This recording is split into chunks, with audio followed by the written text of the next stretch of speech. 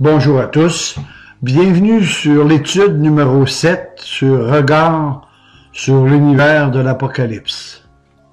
Nous allons aborder aujourd'hui le jugement des méchants en Apocalypse 14 et les versets 17 et 20.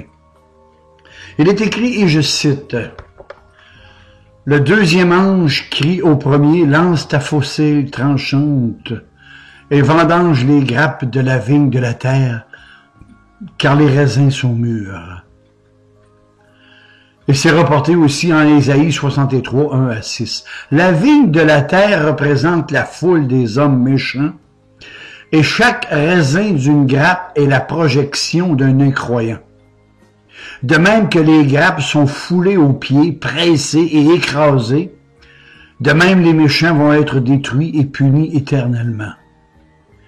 La vendange est jetée dans la grande cuve de la colère de Dieu, et les grappes y sont écrasées.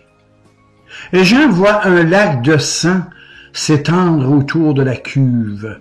Il déborde, si vous aimez mieux. Il est si profond qu'il arrive aux morts des chevaux et s'étend dans toutes les dimensions sur une distance de 1600 stades. 4 étant le nombre de l'univers et de la terre, nous assistons donc au jugement des méchants, et la cuve de la colère de Dieu fut foulée en dehors, je répète, en dehors de la ville sainte. Vous savez, l'histoire du monde n'est qu'un éternel recommencement. Il n'y a rien de nouveau sous le soleil. Une génération vient, une génération s'en va, et une autre succède. L'histoire du monde n'est qu'un éternel recommencement. Et par la prédication de la parole que le Saint-Esprit applique au cœur, des âmes sont sauvées et font partie de l'Église de Jésus-Christ. Elles sont des chandeliers brillants au sein du monde qui est plongé dans les ténèbres, et elles sont bénies par la présence continuelle de Christ au milieu d'elles, et les méchants seront sans excuse. Voyez l'unité de la Bible. Jésus dit, ils n'auront aucune excuse pour leurs péchés, en Jean 15, 22. Et l'apôtre de répéter, ô homme, qui que tu sois, tu es inexcusable. Romains 2, 1. Le peuple de Dieu est persécuté sans répit dans le monde. Il connaît bien des épreuves et des afflictions qu'on voit dans les chapitres 1 à 3 de l'Apocalypse. Sans relâche, Dieu exerce ses jugements contre le monde persécuteur qui refuse obstinément de se repentir. Les chapitres 4 et 7. Ici, une question se pose, et elle est légitime. Que fait Dieu dans le cours de l'histoire lorsque les hommes demeurent indifférents et restent sourds aux trompettes, aux avertissements du jugement? Est-ce qu'il va laisser une telle dureté de cœur et une telle indifférence impunie? Retient-il sa colère jusqu'au retour de Christ, jusqu'à la vendange dont parle mon texte du chapitre 14?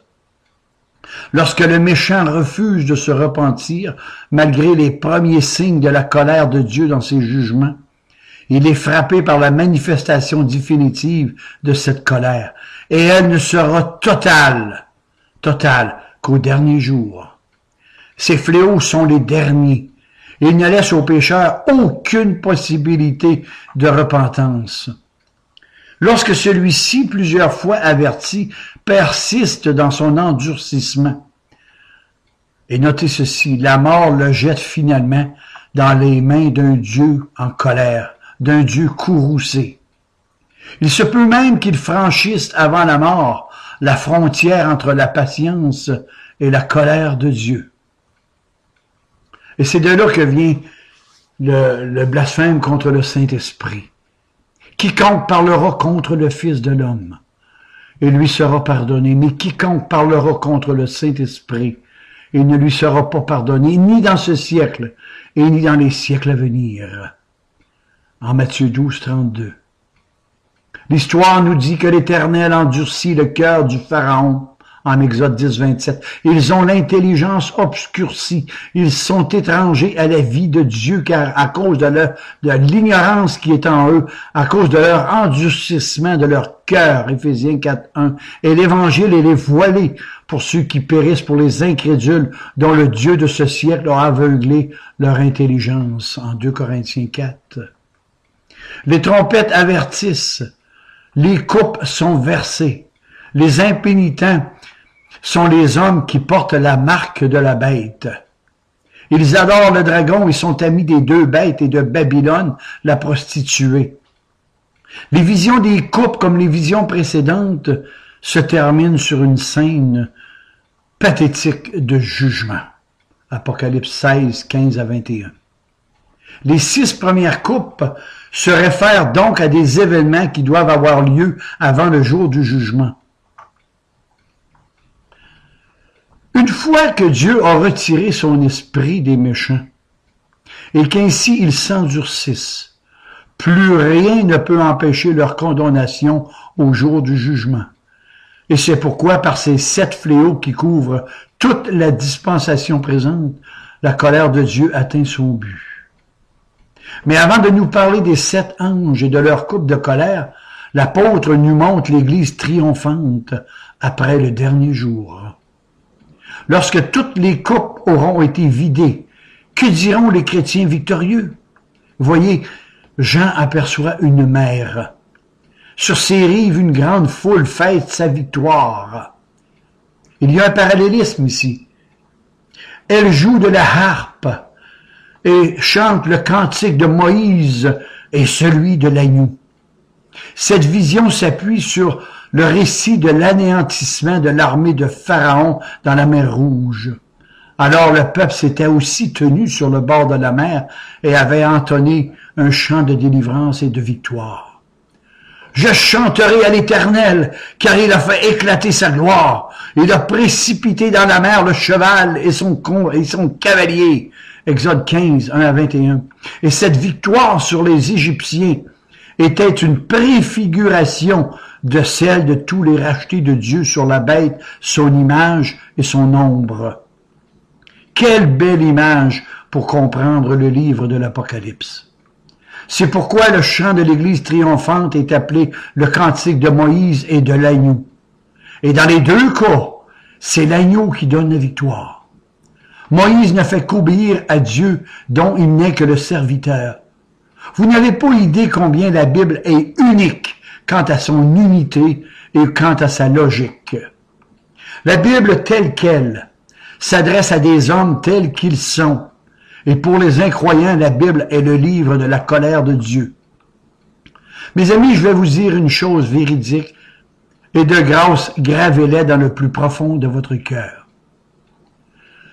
Pour que la parole de Dieu ait entre vos mains la même puissance qu'elle avait dans les mains de Jésus, il faut que cette parole soit pour vous tout ce qu'elle était pour Jésus. Amen.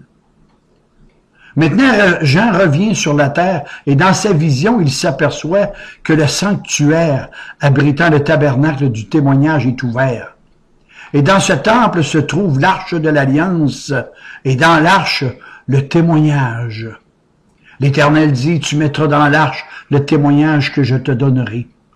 Tu mettras le propitiatoire sur l'arche et tu mettras dans l'arche le témoignage que je te donnerai. En Exode 25, 16 à 21. Les Lévites camperont autour du tabernacle du témoignage afin que ma colère n'éclate pas sur l'assemblée des enfants d'Israël. En Nombre 1, 53. Le sanctuaire est ouvert pour qu'on comprenne bien que la colère qui va se manifester est celle de Dieu. Le temple est rempli de fumée, symbole de l'assouvissement de la sainte colère de Dieu. Il est écrit, les portes furent ébranlées dans leur fondement par la voix qui retentissait, et la maison de l'Éternel se remplit de fumée. Ésaïe 6,4. Il s'élevait de la fumée dans ses narines, et un feu dévorant sortait de sa bouche. Psaume 18 et le verset 9. Quelle belle unité de la Bible! Personne ne pouvait entrer dans le temple. jusqu'à ce que les 7 fléaux des 7 anges furent accomplis. En d'autres termes, aucune intercession n'est plus possible. Le temps de la grâce a pris fin. Dieu a-t-il oublié d'avoir compassion?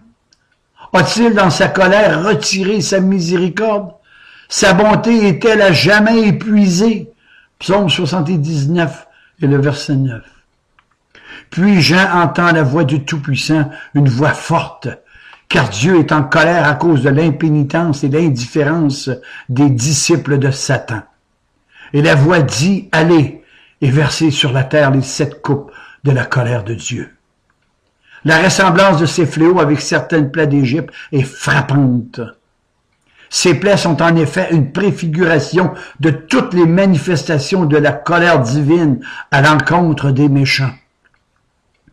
L'Éternel enverra contre toi la malédiction, le trouble et la menace au milieu de toutes les entreprises que tu feras, jusqu'à ce que tu sois détruit, jusqu'à ce que tu périsses promptement à cause de la méchanceté de tes actions qui t'aura porté à m'abandonner. Deutéronome 28, 20. Chers amis, nous sommes présentement sur un terrain sacré en Deutéronome 28. Comprenez-moi bien maintenant. Ce passage est de nature spirituelle et parfois intemporelle. Et Dieu l'a toujours appliqué depuis que le monde est monde. Sachez que Dieu résiste aux orgueilleux. Ces fléaux qui sont dans ce passage sont à prendre très au sérieux. Imaginez l'enfer dans vos corps, l'enfer dans vos esprits, et à la fin, l'enfer dans vos âmes. Et dans ces passages, la bénédiction est le résultat de l'obéissance, et à partir du verset 15 à 68 du Deutéronome 28, il y a près de 100 promesses de malédiction, et il y a 5 plaies qui frappent les hommes, et de 2 plaies les récoltent. Et dans ces passages, chers amis, j'y ai trouvé des maladies dégénératives, des maladies contagieuses, le cancer, le scorbut, des maladies vénériennes, des maladies mentales, des troubles émotionnels. Je note aussi que la même catastrophe peut être l'un une trompette de jugement et pour un autre une coupe de colère. Et pour faire périr les méchants, Dieu s'est parfois servi d'ulcères malins et de maladies incurables. Et je note que pour les croyants, la maladie n'est jamais, jamais, jamais un signe de la colère de Dieu. Car il est écrit, nous savons du reste que tout concourt au bien de ceux qui aiment Dieu, de ceux qui sont appelés selon son dessein, Romains 8, 28. C'est pourquoi ces fléaux, est-il écrit, ne frappent que les hommes qui ont la marque de la bête, et non le sceau de Dieu. La marque et le sceau de Dieu, c'est pas pareil. Voyez pour la première coupe. La deuxième coupe frappe la mer. Et si les catastrophes maritimes servent d'avertissement aux uns, elles constituent aussi, dans certains cas, de châtiment pour d'autres. Et je vous propose, chers amis, les sermons numéro 42, 78 et 87, en ce qui concerne les signes avant-coureurs du retour de Jésus-Christ avant la fin des temps. Denis Doyon, YouTube. La troisième coupe jette la malédiction sur les rivières, les sources, l'eau potable. Et cette rétribution est pleinement juste car ils ont versé le sang des saints et des prophètes. Et tu leur as donné du sang à boire, et ils le méritent. Et sur l'autel, les âmes des martyrs avaient crié vengeance, c'est-à-dire justice. Et cette plaie peut se traduire par la pollution des eaux, et j'en passe. La quatrième coupe, l'Éternel te frappera de chaleur brûlante. Ici, Dieu se sert de son soleil, un fléau incommensurable qui donne des cancers de la peau, des sécheresses, des famines, etc. La cinquième coupe attaque les trônes de la bête. Dieu fait tomber des empires au travers de l'histoire de ceux qui ont attaqué et persécuté ses enfants, comme les Égyptiens, les Babyloniens, les Grecs, les Romains et j'en passe. La sixième coupe introduit Armageddon. Et au cours des dernières années, les sermons et les conférences sur ce sujet n'ont pas manqué. Et pour bien le comprendre, Je vous suggère le livre des Juges, chapitre 4 et chapitre 5 dans l'Ancien Testament. En bref, c'est le texte que je vous livre, mais il y a encore beaucoup plus. Déborah va un jour voir le juge Barak pour lui dire « Lève-toi, car voici le jour d'où l'Éternel livrera Sisera entre tes mains, et l'Éternel sera en campagne devant toi. » Et notez que l'armée de Sisera était 1000 fois plus forte qu'Israël. Il n'était pas de taille pour les battre, un peu comme l'armée de Pharaon contre les Israélites. Et pour les délivrer, il n'y avait qu'un seul espoir pour éliminer leur élimination justement sur la planète. La bataille fait rage à Megiddo, et les ennemis d'Israël sont mis en déroute par vous savez qui. C'est pourquoi Armageddon est le symbole de toutes les batailles d'où le Seigneur est intervenu avec puissance pour mettre en déroute les ennemis et secourir son peuple. Et souvenez-vous de l'ange de l'Éternel qui avait détruit à lui seul une armée de 185 000 hommes de Senchérib sans qu'Israël ne lève un petit doigt en 2 Rois 19, 35. Il y a eu l'histoire du peuple juif en exil qui a été délivré miraculeusement par Dieu en se servant de sa sœur petite princesse Esther. Est-ce que vous avez lu ces petits hasards divins dans ce livre? Il y a eu aussi dans l'histoire cette délivrance miraculeuse que Dieu avait accordée aux Maccabées durant la période intertestamentaire. Au-delà de 300 ans, Dieu est intervenu. Mais la véritable et grande bataille finale d'Armageddon coïncide avec le court temps laissé à Satan en Apocalypse 7, 11, versets 7 à 11. Lorsque le monde sera rassemblé planétairement parlant pour la dernière bataille qu'il livrera contre l'Église sous la direction de Satan, du gouvernement antichrétien et de la religion antichrétienne au niveau mondial, le dragon, la bête et le faux prophète. Lorsque la détresse de l'Église sera plus grande et que les enfants de Dieu, opprimés de toutes parts, crieront à l'aide, alors d'une manière soudaine, Christ apparaîtra pour délivrer son peuple. Et cette tribulation finale, cette apparition glorieuse de Christ sur les nuées pour délivrer son peuple. Voilà Armageddon. C'est la 6e et la 7e coupe qui est le jugement dernier. C'est répété tout au cours de l'histoire, mais celle-ci est la dernière coupe. La 6e coupe est vidée sur l'Euphrate. Et ce fleuve représente la Syrie, la Babylonie, et plus généralement tout le monde mauvais de l'histoire du monde. On nous dit que son eau est tarie, ce qui signifie que le chemin est préparé de sorte que toutes les puissances antichrétiennes peuvent monter à l'attaque de l'Église. Ainsi, lorsque les rois de la terre se rassemblent pour livrer la guerre aux croyants, en fait, c'est l'enfer qui les inspire. Le passage dit peu de choses de la bataille elle-même, mais celle-ci est décrite en Apocalypse 11, 17 et surtout en Apocalypse 19, 11 et 27. Et en ce moment de tribulation, d'angoisse, de persécution, et nous le sommes, c'est alors que Christ apparaîtra subitement. Il viendra comme un voleur, au moment d'où, lorsqu'on s'y attendra le moins.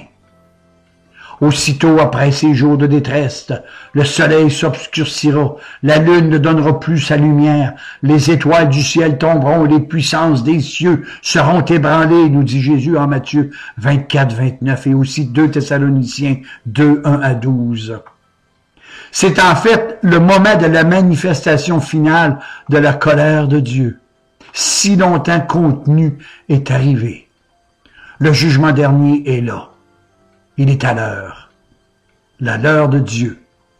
Le monde doit boire maintenant la coupe du vin de la fureur de Dieu. Jean, étant en esprit, voit tomber sur les hommes endurcis, indifférents et impénitents une grosse grêle dont les grêlons pèsent 30 kilos chacun. Cette image souligne donc la destruction et la ruine totale de l'empire du mal au jour du jugement. Et notez aussi que même en enfer, ces pécheurs impénitents continuent de blasphémer le nom de Dieu à cause de la sévérité du fléau et de l'endurcissement de leur propre cœur. Auditeurs, auditrices, du plus profond de mon cœur, j'aimerais que vous buriniez ces paroles dans vos âmes afin de ne l'oublier jamais, jamais.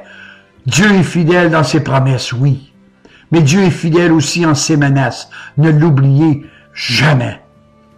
Et je vous propose le sermon numéro 15, le point de non-retour.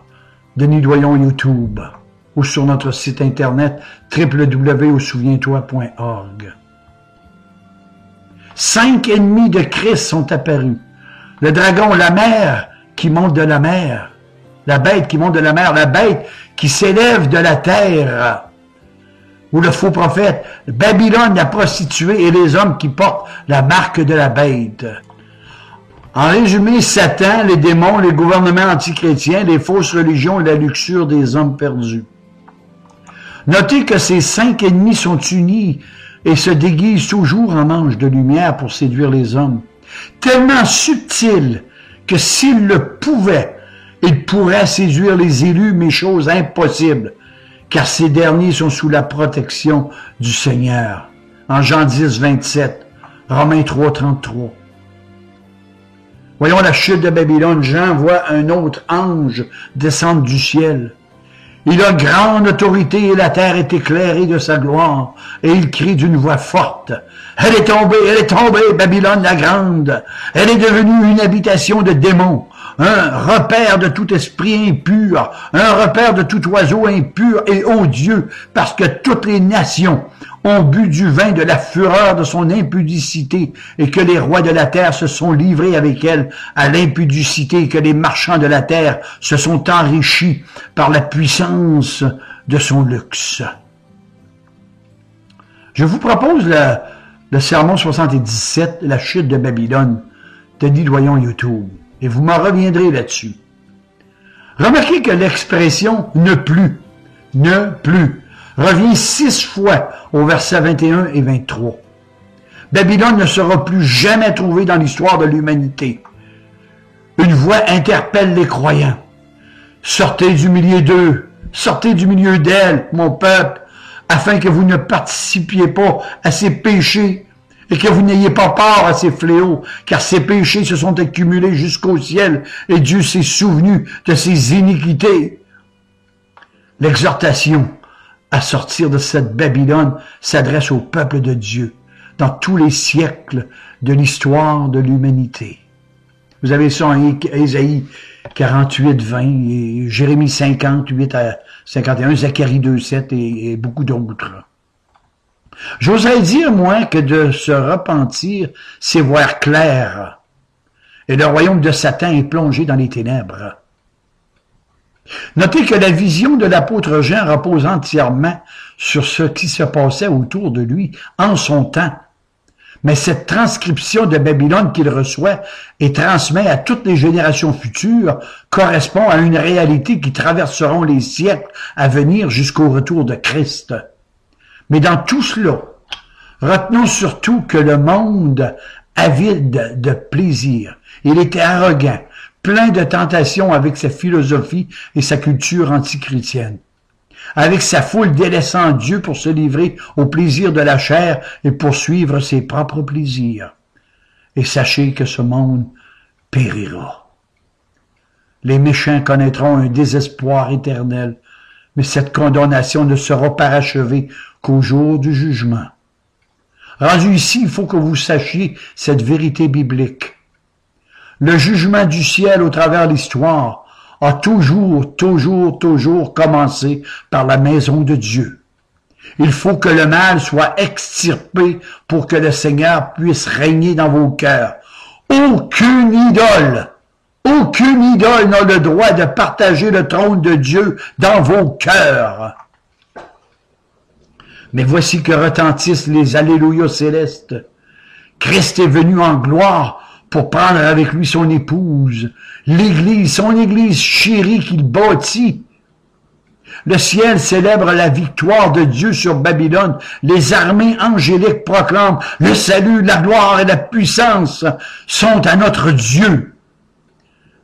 Elle déclare qu'en jugeant la grande prostituée, Dieu a rendu parfait le salut de son peuple. Tout est accompli. C'est Dieu seul qui a acquis ce si grand salut pour son peuple. C'est en toi, ô Éternel, que je cherche un refuge. Toi qui es juste, délivre-moi, tends l'oreille vers moi et sauve-moi, Seigneur. Oui, tu avais résolu de me sauver avant les temps éternels. Quel beau passage. Psaume 71, 1 à 3. Et vous avez ça aussi en Deutéronome 7, Ésaïe 41, Ézéchiel 33. Et c'est rempli de promesses comme ça. Ils explosent de joie parce que toute opposition a été étouffée pour toujours. Et ils crient de nouveau, Alléluia! Alléluia! Louez l'Éternel! Et chers amis, un petit détail ici. Moi, je suis un fou des petits détails de la Bible. Alléluia, louez l'Éternel, c'est une expression qui n'apparaît nulle part dans le Nouveau Testament. Seulement dans l'Apocalypse et dans l'Ancien Testament. La fumée de Babylone monte au siècle des siècles. Et ils seront tourmentés dans le feu, dans le soufre, devant les saints anges et devant l'agneau, et la fumée de leur tourment monte au siècle des siècles. La fumée de leur tourment. Apocalypse 14, 11.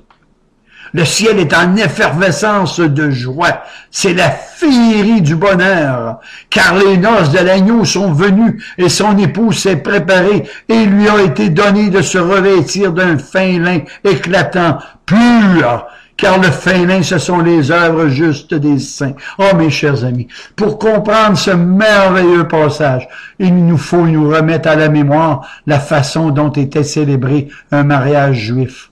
On peut y distinguer plusieurs étapes.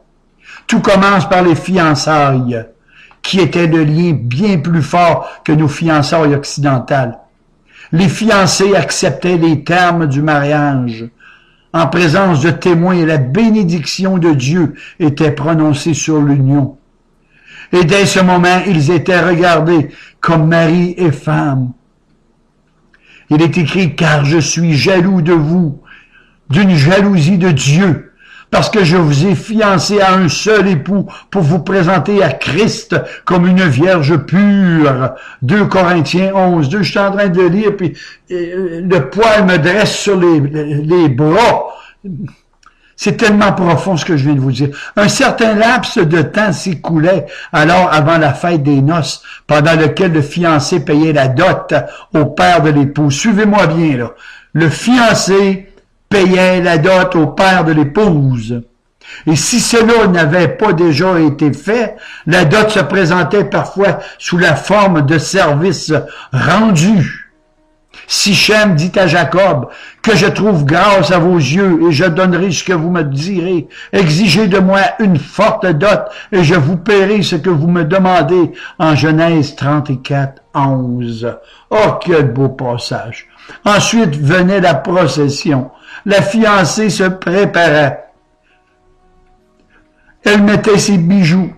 Le fiancé, paré de ses plus beaux vêtements, se rendait vers la maison de la fiancée et accompagné de ses amis qui chantaient et portaient des lampes, des torches.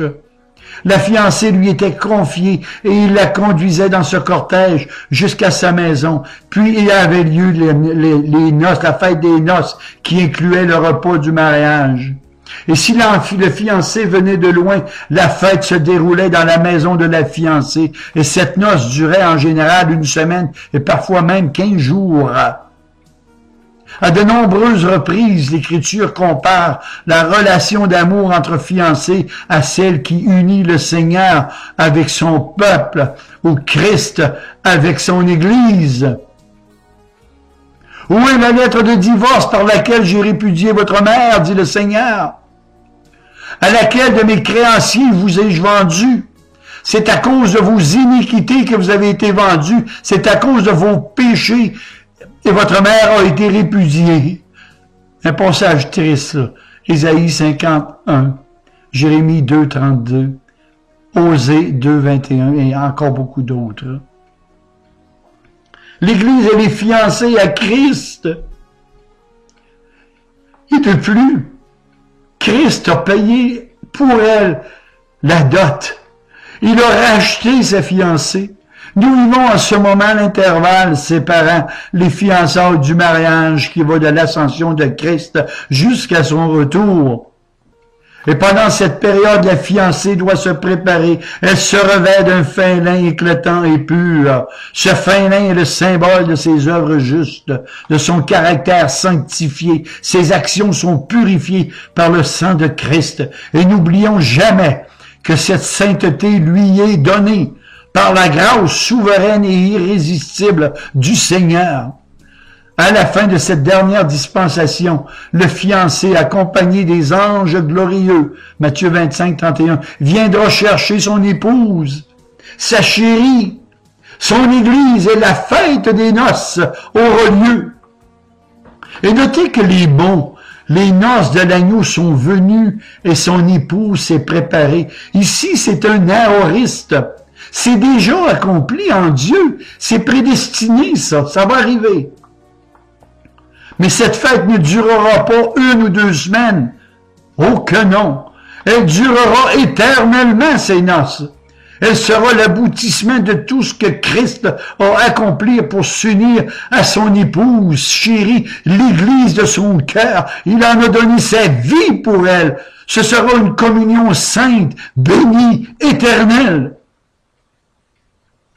Et notez qu'il est écrit, « Heureux ceux qui sont », non pas invités, heureux ceux qui sont, mais non pas invités comme je dis, mais ceux qui ont été appelés. Ceux qui ont été appelés. Oh, chers amis, j'en ai tellement à vous dire. Revenez-moi à Apocalypse 8, s'il vous plaît. Apocalypse 8. Oh, que le Seigneur puisse vous bénir abondamment.